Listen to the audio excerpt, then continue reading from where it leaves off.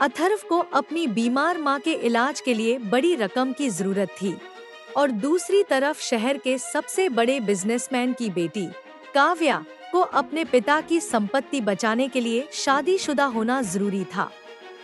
काव्या ने अथर्व के सामने एक प्रस्ताव रखा, 1 साल की नकली शादी और बदले में तुम्हारी मां का इलाज। अथर्व के पास कोई रास्ता नहीं था।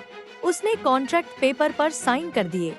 शादी के बाद दुनिया की नजरों में वे पति पत्नी थे, लेकिन बंद कमरे में वे अजनबी।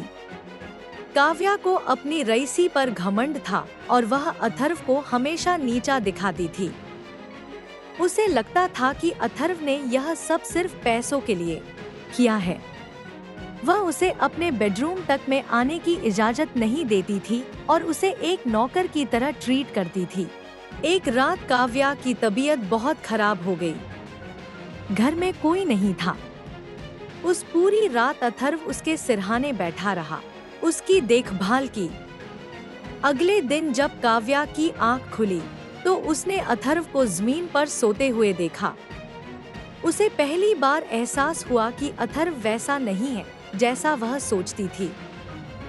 धीरे धीरे काव्या के मन में अथर्व के लिए जगह बनने लगी, लेकिन वह यह बात मानने को तैयार नहीं थी क्योंकि उनके बीच कॉन्ट्रैक्ट की दीवार। कॉन्ट्रैक्ट का आखिरी दिन आ गया। काव्या अब अथर्व से प्यार करने लगी थी और वह चाहती थी कि अथर्व रुक जाए। लेकिन तभी काव्या के पिता के दुश्मन ने एक वीडियो वायरल कर दिया, जिससे सबको पता चल गया कि यह शादी एक सौदा थी। काव्या के पिता को गहरा सदमा लगा। सबको लगा कि अथर्व ने ही यह राज खोला था। काव्या ने गुस्से में अथर्व को थप्पड़ मारा और उसे घर से निकल जाने को कहा। अथर्व खामोशी से चला गया। लेकिन कुछ घंटों बाद काव्या को एक लेटर मिला। उसमें लिखा था कि वीडियो अथर्व ने नहीं, बल्कि काव्या के सौतेले भाई ने लीक किया था।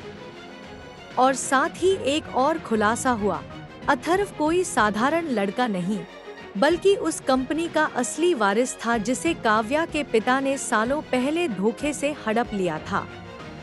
वह सिर्फ अपनी मां का बदला लेने आया था, लेकिन उसे काव्या से सच में प्यार हो गया था।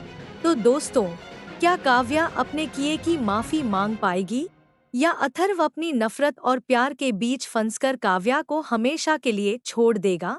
क्या यह कॉन्ट्रैक्ट एक सच्ची प्रेम कहानी में बदल पाएगा? अपनी राय कमेंट्स में जरूर बताएं और इस कहानी के अगले भाग के लिए पार्ट 2 फीट कमेंट करें। वीडियो को लाइक और चैनल को सब्सक्राइब करना न भूलें।